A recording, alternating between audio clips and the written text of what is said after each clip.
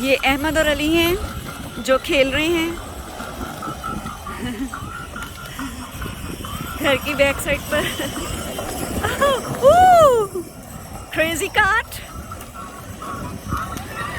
अहमद अपनी go cart पर है।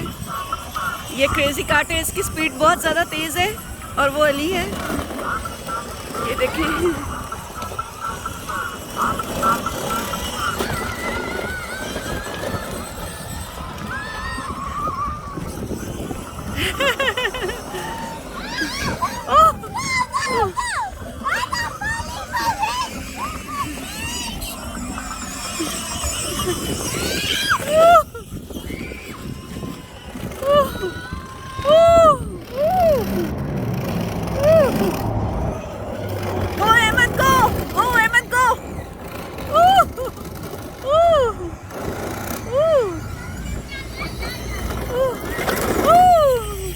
ये अली है।